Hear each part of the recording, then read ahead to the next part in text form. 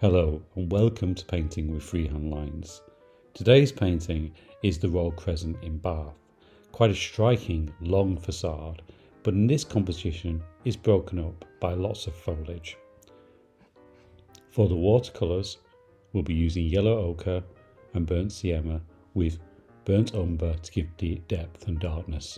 For the greens, we'll be using olive green, sap green and burnt umber again to give darkness to these.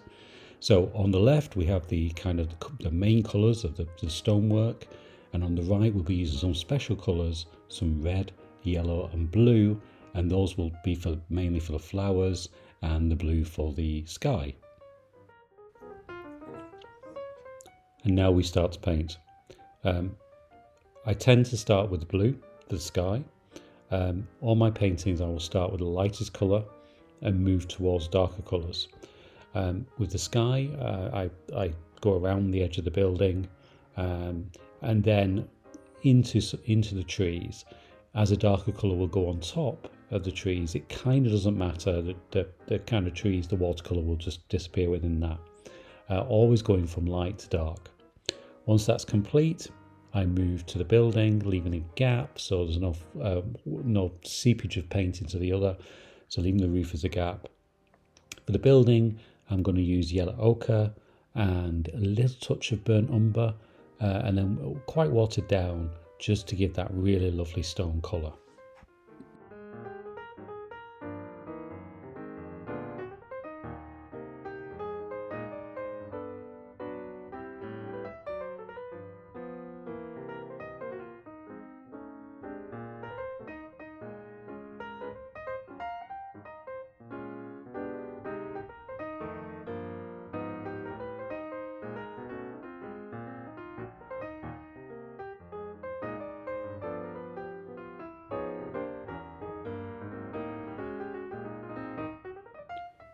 Now once that's complete, I'm going to start with the yellow. Yellow's quite a vibrant colour, both yellow and red, but quite vibrant and easily leach into other colours around them because they've got quite an intense pigment. So I'm going to dab this on, leaving a couple of little gaps in between, just so I get that intensity of deeper yellows and lighter yellows. Following this, the reds. Similar process, carefully dabbing on in little clumps. Flowers tend to grow in clumps, so being quite intense with these little jabs of colour. They're really going to lift that terrace, which is the terrace has quite a monotonous facade in some respects. So this colour will really make it pop.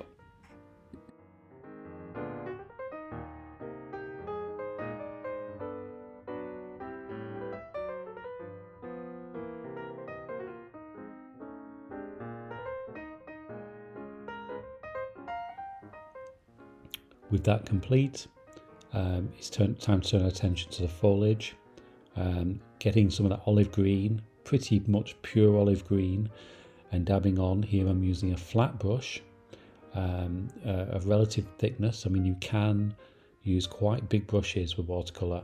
A flat brush is quite useful because, as you can see, it's creating those striations of paint, and that's particularly useful for evergreen trees whose branches tend to be less filigree than deciduous trees. They tend to have this directional quality.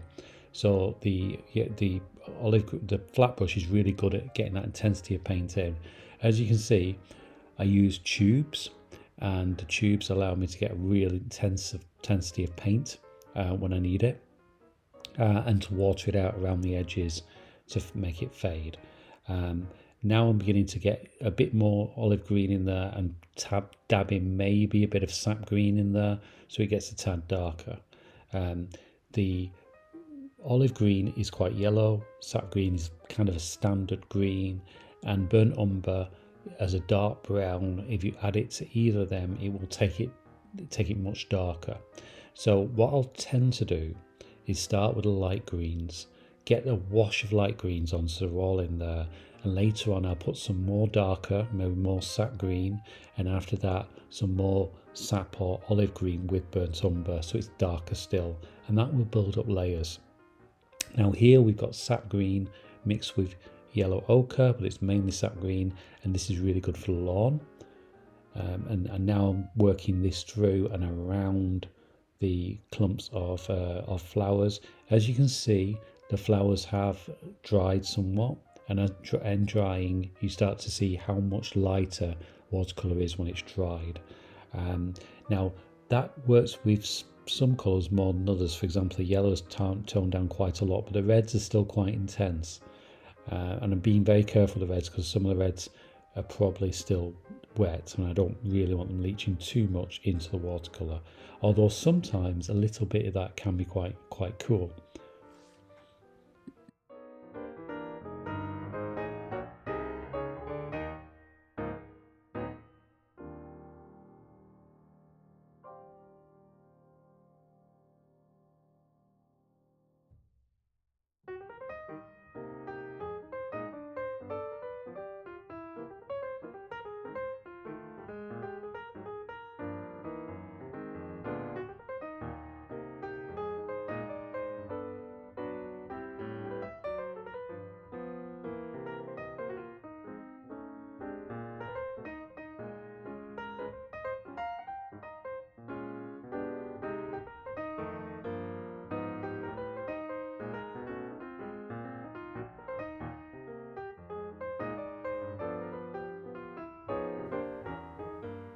Now we move to the darkers. So sap green, olive green, and some burnt umber in there, and you can see how much darker the paint is. So I'm dabbing that on. I'm staying away from the edges of the trees. If you ever notice when you look through a collection of trees, through a hole in a tree, as the light passes through, the leaves around that opening appear lighter. So I'm trying to keep that halo effect around the edge, but I'm increasing the darkness going back into the tree. Now on deciduous trees that's a little less so because their leaves are quite pointed, so I'm going to just take some of that dark and bring it into the edge, keep creating a difference between these two trees.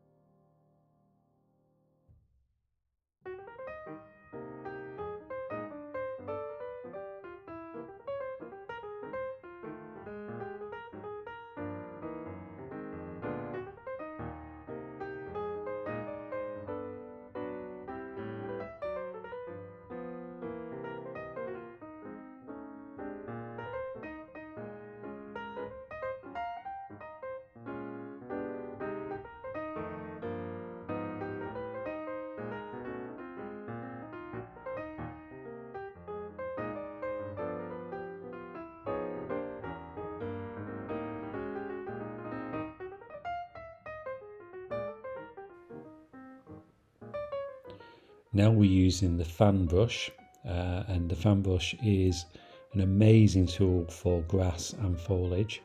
As you can see here, its little prongs allow you to draw grass really well and effectively.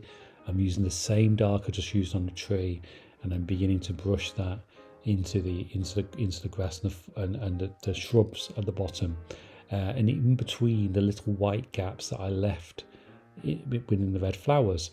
So this is now beginning to fill in those flowers, and I will kind of do a little bit in dark, and I'll do a little bit in more lighter green colour. Using different tones of this is really effective at creating lots of depth. You do have to be careful you don't overuse this tool. It's a really useful tool, but just get some definition around the edges of clumps or on lawns. It's really useful.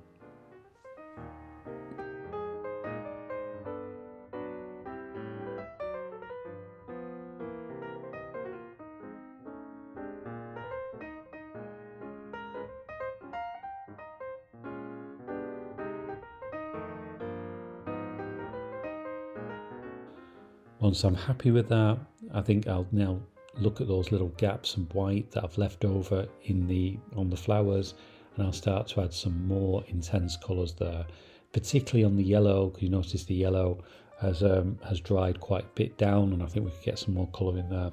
But I'll also do it on the reds, and because this is over the top of the sort of fan brush lines, this will give a depth to it now, so it feels like there are some flowers behind and some flowers in the foreground. So really lovely effect, very simple to do. Remember, the rule of good watercolours is just layering it up. No fancy pants kind of wet layers and complex things like that. You can just literally layer watercolour up, letting layers dry between, and that gives you so much more control.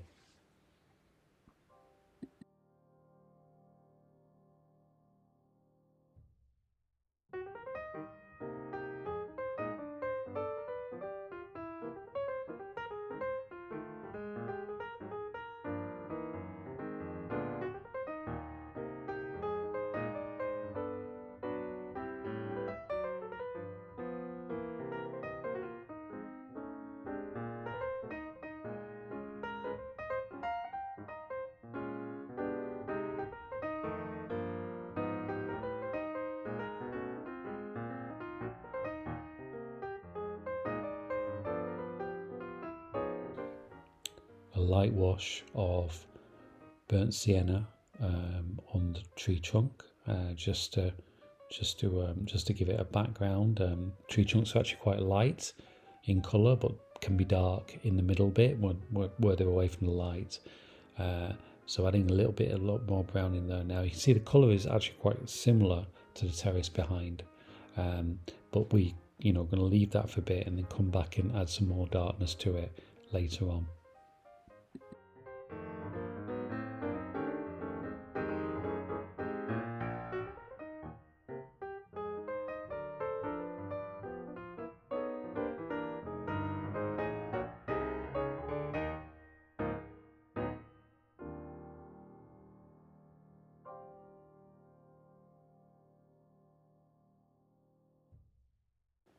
Onto a light wash of grey for the roof, and we'll start to now add some more depth to the terrace, which is looking rather flat compared to all what's around it. So filling in all those whites, really important, as I've said in previous videos. My watercolour style, I try to keep no white boundaries between things, so it feels like a continuous image that you're immersed into. You're not aware of the individual colours of the watercolour. It's basically one scene. Now, the middle part has a lot of detail, it has a lot of depth, it has plenty of columns in that location. So what I'm going to do is I'm going to really particularly add some darker colours over the top now. Now this is very similar to the first coat, it's just yellow ochre again and a little bit of brown. But what it's doing is giving a bit more depth, particularly on that midsection, which is the way you would see it because the shadows, etc. So that starts to give a bit more depth and leaving the lower bit a little less coloured.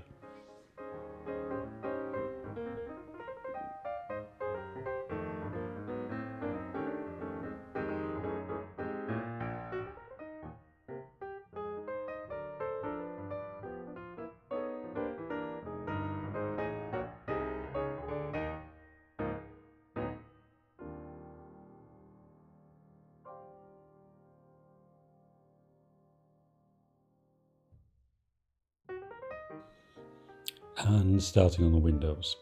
Windows can be laborious. The best way to do this is to get probably the right size brush, Payne's grey, and to just paint them on carefully, trying to get them approximately the right size. The pen is very useful in guiding you on this. Windows are quite complex things. They can change in colour, and they do change throughout the day. Sometimes they'll be light blue reflecting the sky. Sometimes it'll be a much more intense darker blue, and sometimes they may be black. It really depends on the way the light is reflecting on them, and getting it right is an important element. So look very carefully at the image you're painting to make sure that is right.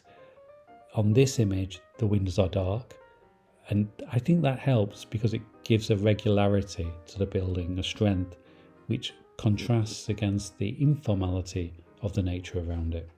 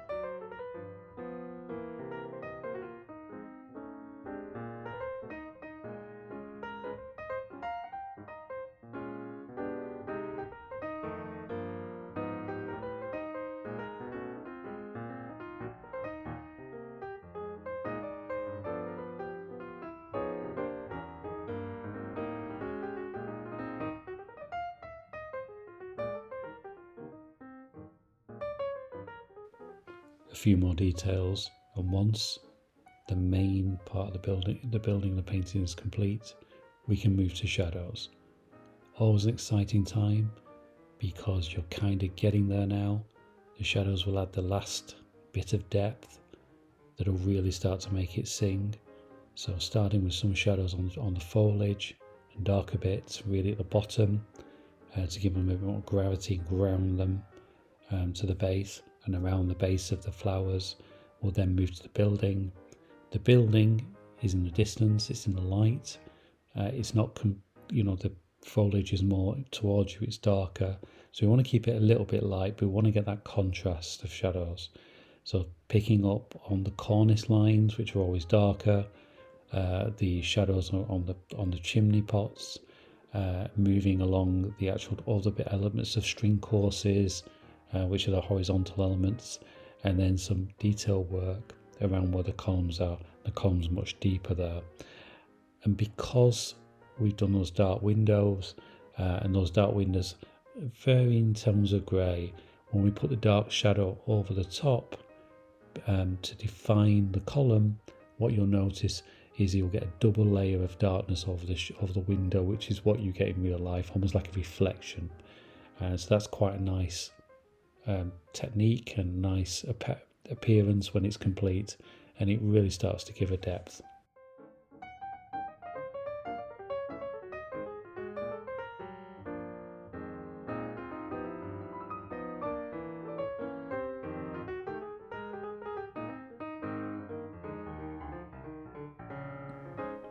And getting close now to the end.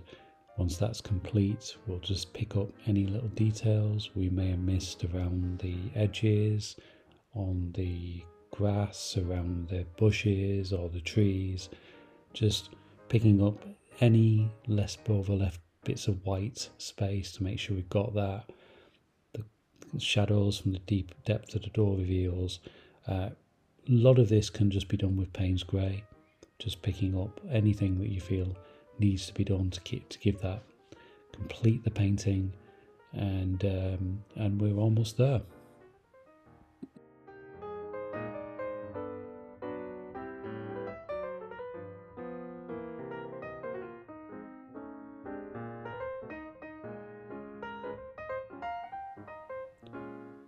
And that really completes the painting. So let's take a look at our amazing work. And as you can see, a lovely scene, really enclosed, natural, but with architecture. So thanks for watching, and I look forward to next time.